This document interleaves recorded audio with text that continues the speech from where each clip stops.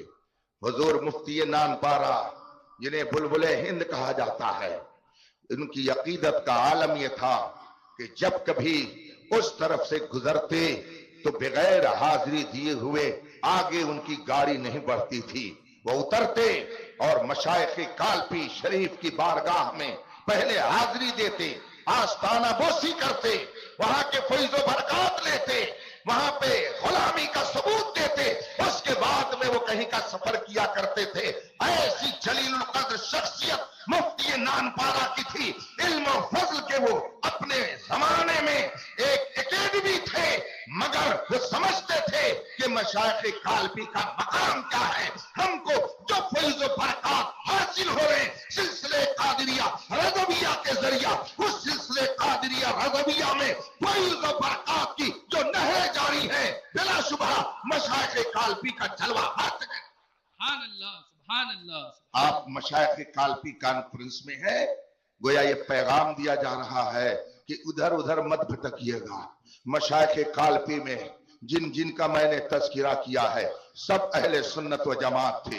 ان میں سے کوئی وہابی نہیں، ان میں سے کوئی رافضی نہیں، اس میں سے کوئی دیوبندی نہیں، ان میں سے کوئی صلح کلی نہیں۔ یہ سب کے سب متسلم سنی صحیح العقیدہ تھے۔ اور مجھے خوشی اس بات کی ہے کہ بہت ساری خانقاہوں کے شہزادے ای قدر آ قدر ہو جا رہے ہیں، مگر الحمدللہ کالپی کا شہزادہ غیاث ملت پورے ہندوستان میں اپنے آبا کی ان امانتوں کو لے کر بابا کے توحل اعلان کرتا پھر رہا ہے اور لوگوں کو وہی سبق دے رہا ہے جو مشائخ کالپی نے اپنے بعد والوں کو عطا، سبحان اللہ، جسے اس زمانے میں مسلک اعلیٰ حضرت کہتے ہیں۔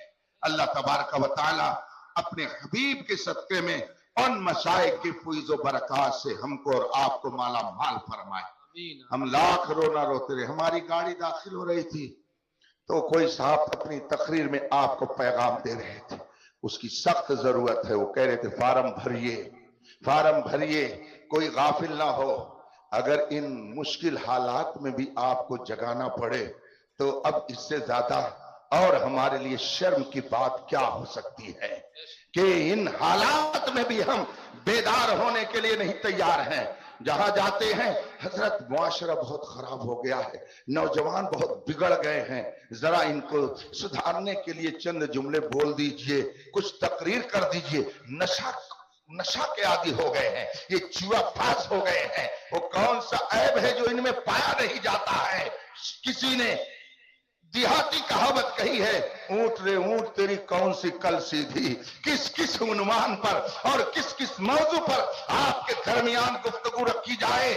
اگر آپ نے اپنے حالات کی اصلاح نہیں کی تو آئندہ آپ کے ساتھ کیا ہوگا مجھے بتانے کی ضرورت نہیں ہے، آپ اپنے ماتھے کی آنکھوں سے خود دیکھ لیں گے۔ میں دعا کرتا ہوں کہ اللہ تبارک و تعالی ہمیں نیک بنائے، ہمارے عقیدے کی حفاظت فرمائے، اہل سنت و جماعت مسلک اعلیٰ حضرت پر قائم رکھے، بزرگوں کے نقش قدم پر چلنے کی توفیق بخشے، نماز کا پابند بنائے، شریعت مطہرہ پر عمل کرنے کی توفیق بخشے، جان مال عزت آبرو کی حفاظت فرمائے۔ وآخر دعوانا ان الحمدللہ رب العالمین۔ السلام علیکم۔